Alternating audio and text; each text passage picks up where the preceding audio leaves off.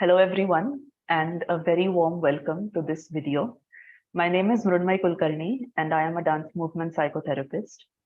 I graduated from Goldsmiths University of London and have worked as a psychotherapist and dance movement psychotherapist within the NHS. I am now based in Pune, where I have my private practice. Along with that, I also work at Sancheti Healthcare Academy as the head of department of dance movement therapy. In today's video, I will be talking a little bit about what dance movement therapy is and what it isn't. I will also then be talking about how dance movement therapy can be integrated in an existing physiotherapy practice or how it can be of use to students of physiotherapy. Towards the end of the talk, I will explore a few options that are available at Sancheti Healthcare Academy where physiotherapists can come and learn about dance movement therapy and its application. So to begin with, what dance movement therapy actually is.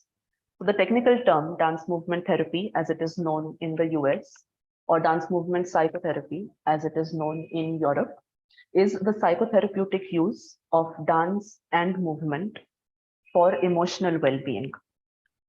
So where physiotherapy talks about physical well-being and rehabilitation, dance movement therapy brings in the emotional aspect.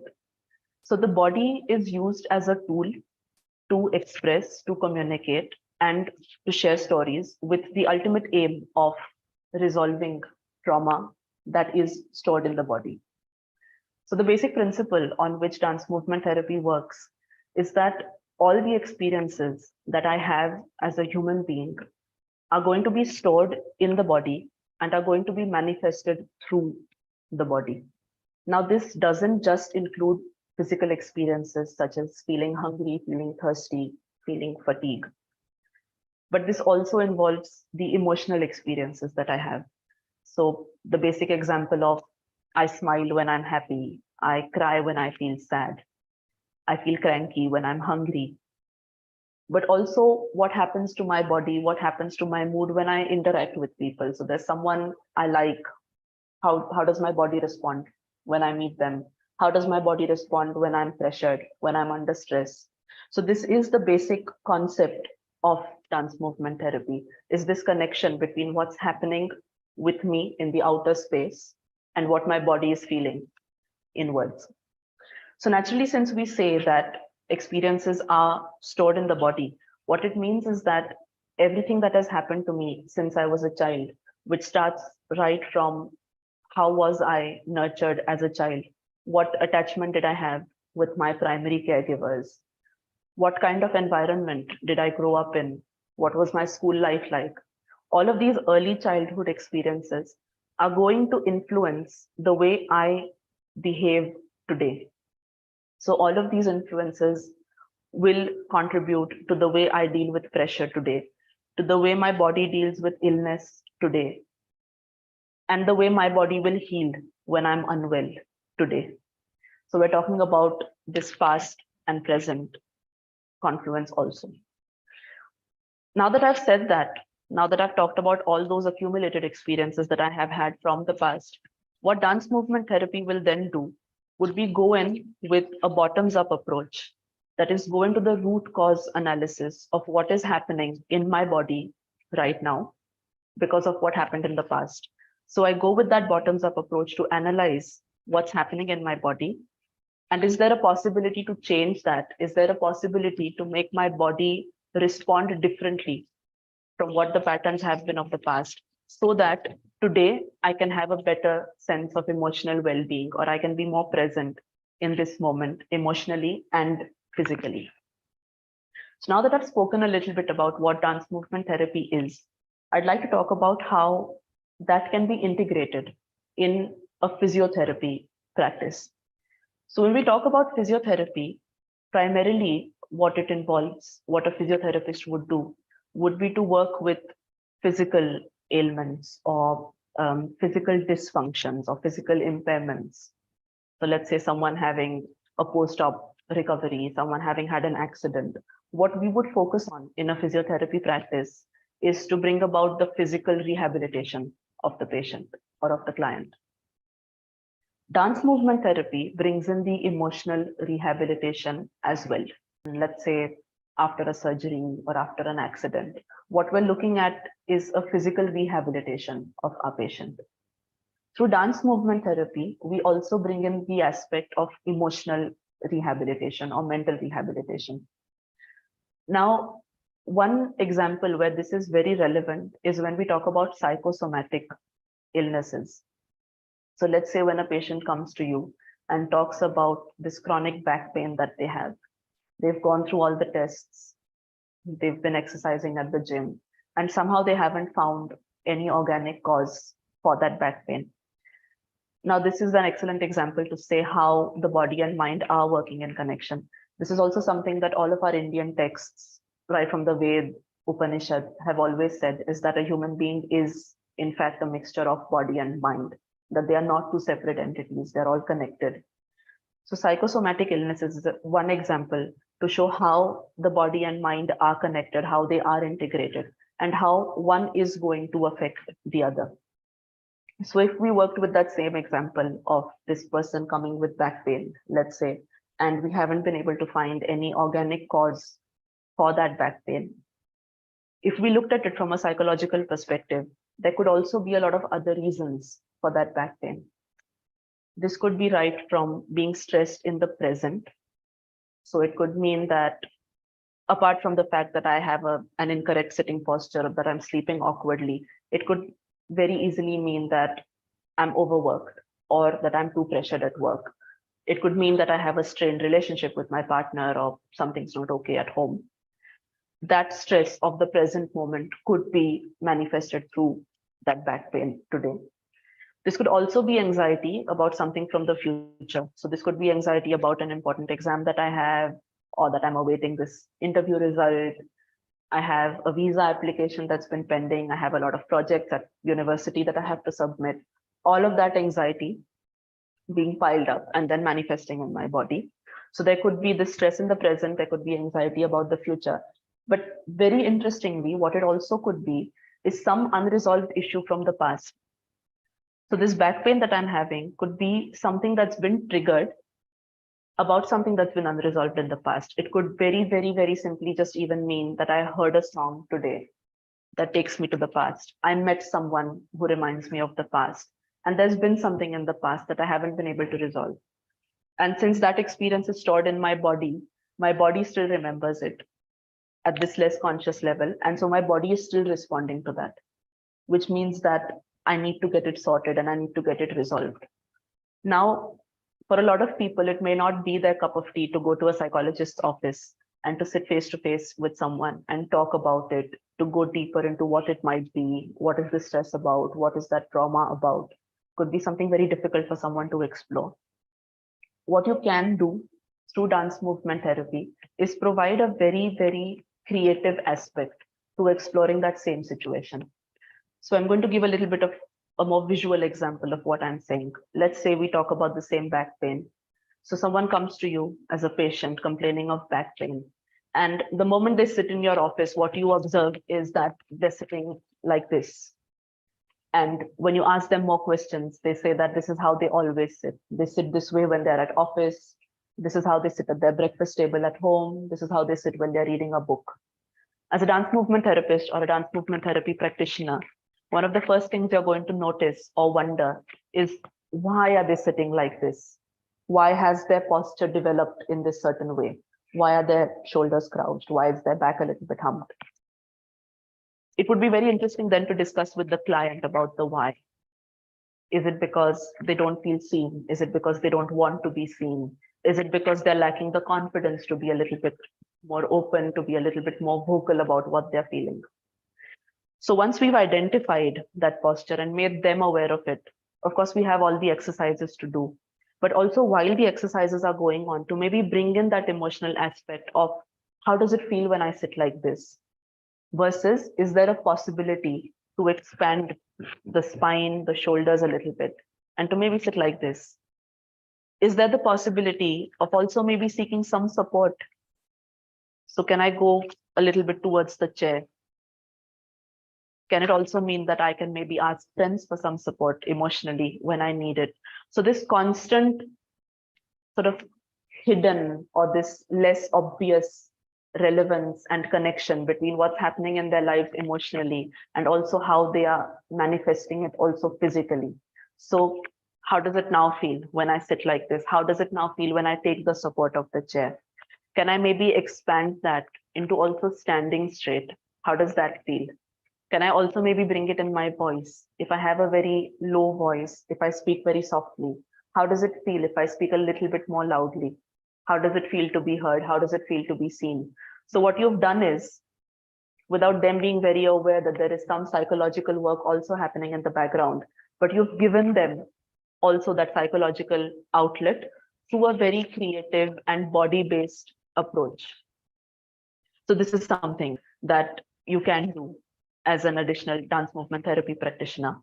Another aspect that can also be brought in with this kind of body work is the group process or the group work.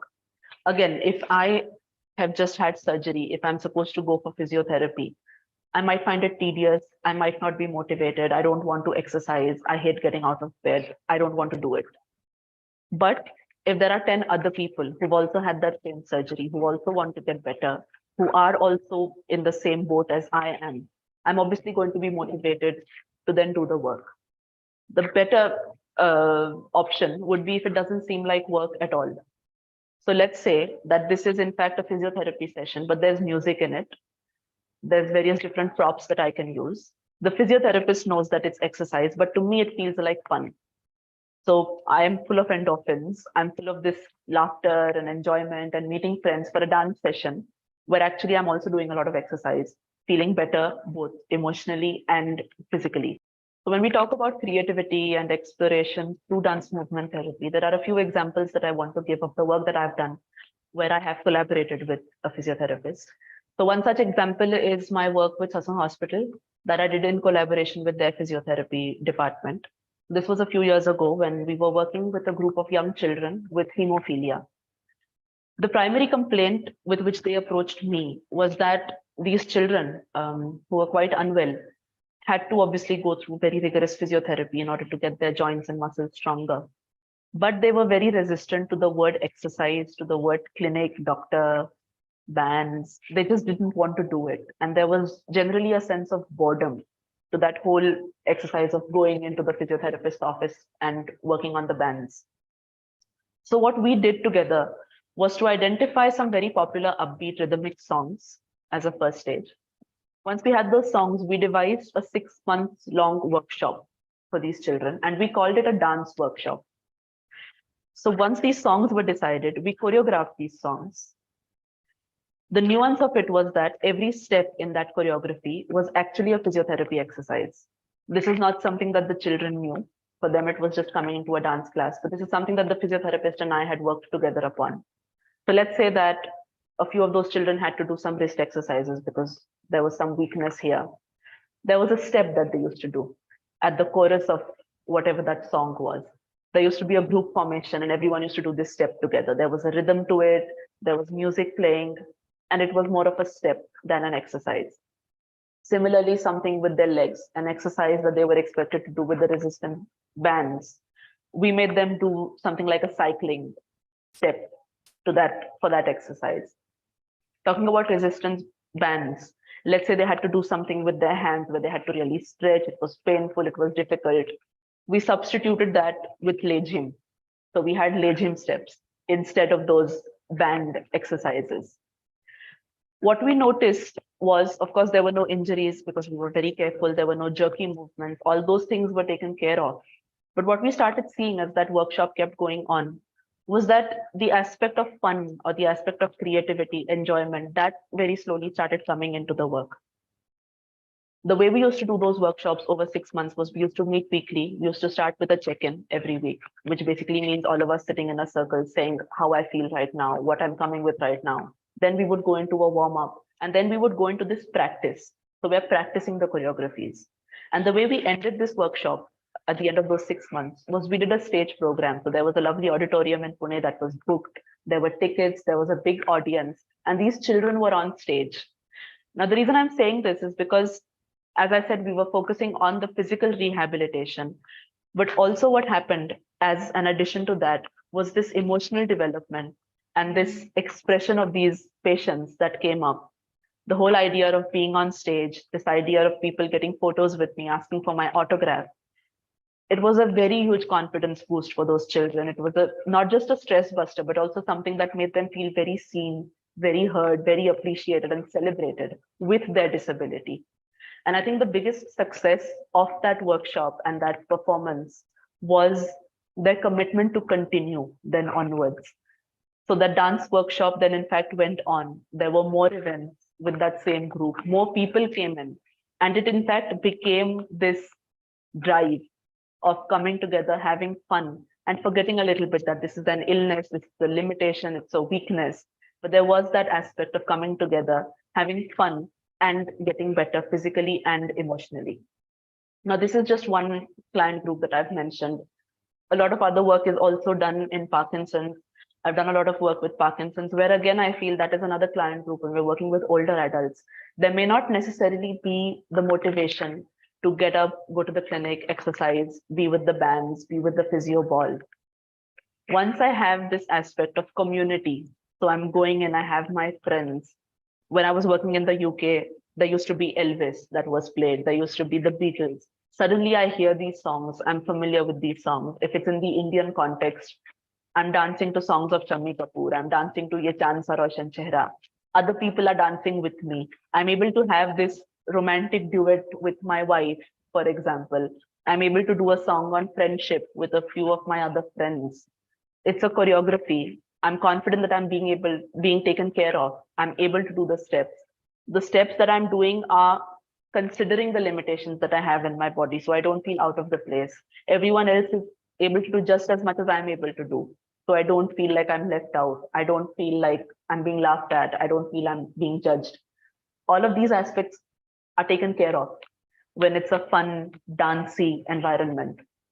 As I said, there are many more projects. There's a lot of research that's being done that has already been done where dance movement therapy has been used in physiotherapy settings. These were just a few examples. So as I come towards the end of my talk, I'll leave you with a few options that Sancheti Healthcare Academy does provide, particularly for physiotherapists and for physiotherapy students. So we currently have two programs. The first one is the postgraduate certification program in dance movement therapy. This is about a 9-month course, which at the end of you get the certification to practice as a dance movement therapy practitioner.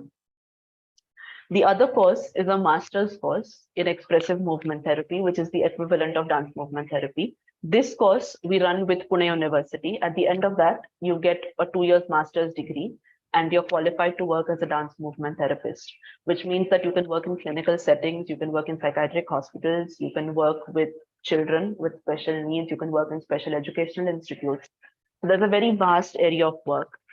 Apart from all of this, there is also the corporate sector, which again is always looking for creative and entertaining ways of keeping their clients engaged or keeping, in fact, their employees engaged.